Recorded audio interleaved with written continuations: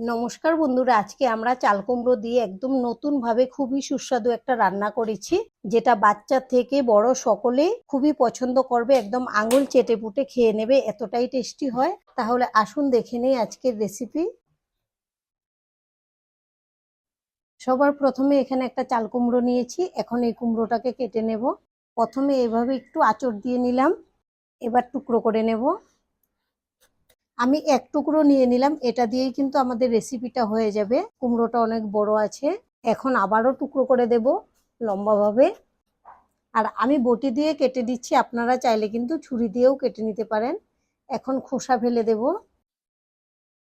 অনেকেই আছে চাল কুমড়োটা খেতে একেবারেই পছন্দ করে না, কিন্তু আজকে আমরা যেভাবে রান্নাটা করব খুবই সুস্বাদু হবে। আর যারা খেতে না চায় তারাও কিন্তু একদম আঙ্গুল চেটে পুটে খেয়ে নেবে, এতটাই টেস্টি হয় এই রান্নাটা।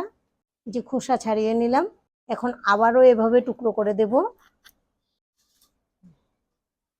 যে আমি এরকম করে টুকরো করে নিচ্ছি, আর এভাবেই আমি কুমড়োটাকে কেটে নেব, কিন্তু আপনারা আপনাদের পছন্দ অনুযায়ী শেপটা দিয়ে দেবেন। এখন আমি জল দিয়ে ভালো করে ধুয়ে নেব।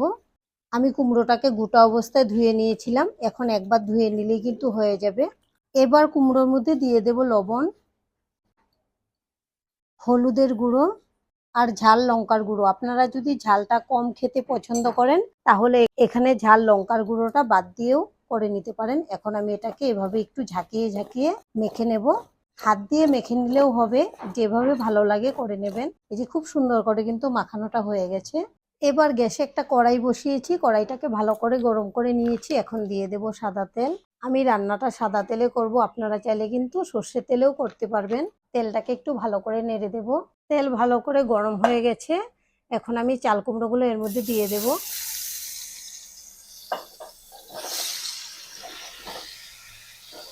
আর এগুলোকে নেড়ে চেড়ে ভালো করে ভেজে নিতে হবে। আমি কুমড়োগুলোকে 8 থেকে 10 মিনিটের মতো মিডিয়াম ফ্লেমে নেড়ে চেড়ে ভালো করে ভেজে নিয়েছি। আর আমাদের কুমড়ো মোটামুটি 50% সেদ্ধ হয়ে গেছে। এর থেকে বেশি সেদ্ধ করলে কিন্তু একদম নরম হয়ে যাবে রান্না করার পরে। এখন আমি এগুলোকে নামিয়ে নেব। এখন গ্যাসে আরেকটা কড়াই বসিয়ে দিয়েছি, আবারও দিয়ে দেব সাদা তেল। তেলটাকে ভালো করে গরম করে নিয়েছি। এখন ফোড়নের জন্য নিয়েছি একটা তেজপাতা 2 টুকরো করে, 2টা শুকনো লঙ্কা আর হাফ চা চামচ হবে গোটা জিরে। ফোড়নটাকে খুব ভালো করে ভেজে নেব একটা মিষ্টি সেন্ট বের হওয়া পর্যন্ত। ফোড়ন ভাজা হয়ে গেছে, আর এখানে আমি 2টা মিডিয়াম সাইজের পেঁয়াজ কুচি করে নিয়েছি। পেঁয়াজ ভালো করে ভেজে নেব লাল করে। পেঁয়াজগুলোকে লাল লাল করে ভেজে নিয়েছি। আর এখানে নিয়েছি 4টা কাঁচা লঙ্কা আর 1 ইঞ্চি আদা একসঙ্গে আমি বেটে নিয়েছি। এখন দিয়ে দেব। আপনারা ঝাল যেরকম খেতে পছন্দ করেন সেই বুঝে দিয়ে দেবেন। আদা কাঁচা লঙ্কাটাকেও ভেজে নেব 1 মিনিটের মতো, এর কাঁচা সেন্টটা চলে যাওয়া পর্যন্ত। আর এখানে নিয়েছি টমেটো বাটা। আপনারা চাইলে এখানে টমেটো কুচিও দিতে পারেন। দিয়ে দেব স্বাদ অনুযায়ী লবণ। লবণ দিয়ে টমেটোটাকে ভেজে নেব। টমেটো দিয়ে আরো 2 মিনিটের মতো ভেজে নিয়েছি। এবার দিয়ে দেব গুঁড়ো মশলা। নিয়েছি জিরে গুঁড়ো, ধনে গুঁড়ো, ঝাল লঙ্কার গুঁড়ো, কাশ্মীরি লঙ্কার গুঁড়ো, হলুদ গুঁড়ো। এখন অল্প জল দিয়ে মশলাটাকে ভালো করে কষিয়ে নেব।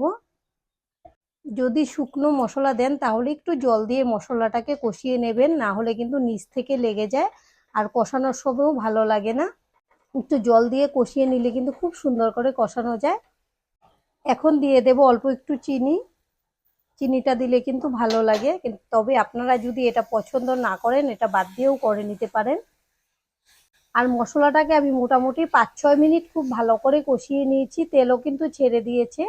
আর এখানে আমি 2 চামচের মতো টক দই ভালো করে জল দিয়ে ফেটিয়ে নিয়েছি। এখন দিয়ে দেব। এই টক দইটা দেওয়ার জন্য কিন্তু রান্নাতে খুব ভালো একটা টেস্ট আসবে। আপনারা এইভাবে রান্নাটা করে দেখতে পারেন, আশা করছি বাচ্চা থেকে বড় সকলেই ভীষণ পছন্দ করবে। এখন আমি টক দইটা দিয়ে খুব ভালো করে কষিয়ে নেব। আর যখনই আপনারা টক দইটা দেবেন তখন কিন্তু গ্যাসের ফ্লেমটা লোতে রাখতে হবে। টক দই দিয়ে আরো 2 মিনিট কষিয়ে নিয়েছি, আবারও কিন্তু তেলটা উপরে ভেসে উঠেছে আর খুব সুন্দর একটা সেন্টও বেরিয়েছে মশলা কষানোর পর। আর রান্না করার সময় যখনই মশলা কষাবেন খুব ভালো করে কষিয়ে নিতে হবে। যদি মশলা কষানোটা ঠিকঠাকভাবে না হয় তাহলে কিন্তু একটা কাঁচা সেন্ট থেকে যাবে, তখন কিন্তু ভালো লাগবে না। আর আমি ভেজে রাখা চাল কুমড়োগুলো দিয়ে এখন আরো ভালো করে কষিয়ে নেব।